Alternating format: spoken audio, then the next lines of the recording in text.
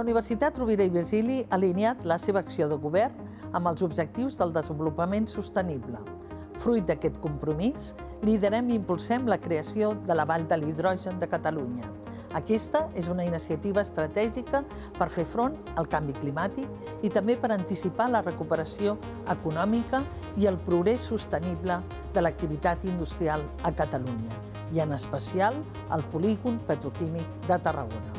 Com a universitat, contribuirem amb altres actors a la formació, la recerca i la socialització d'aquesta nova era de l'hidrogen verd. Vall de l'Hidrogen de Catalunya. Compromís i complicitats per construir l'era de l'hidrogen. Per un futur climàticament neutre i pròsper.